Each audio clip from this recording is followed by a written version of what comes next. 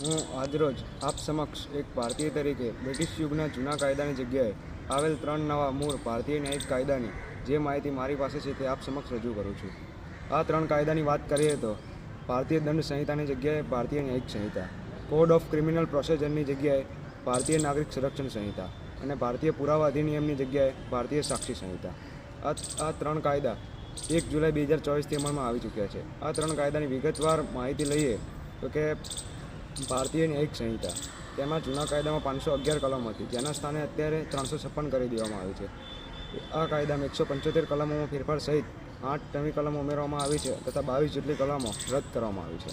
હવે વાત કરીએ ભારતીય નાગરિક સુરક્ષા સંહિતા, તેમાં 484 કલમો હતી, જેના સ્થાને અત્યારે 533 કલમો કરી દેવામાં આવી છે. આ કાયદામાં 160 કલમોમાં ફેરફાર સહિત 9 કલમો ઉમેરવામાં આવી છે તથા અન્ય 9 જેટલી કલમો રદ કરવામાં આવી છે.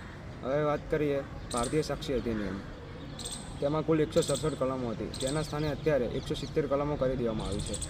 23 કલમોમાં ફેરફાર સહિત એક નવી કલમ ઉમેરવામાં આવી છે તથા 5 જેટલી કલમ રદ કરવામાં આવી છે.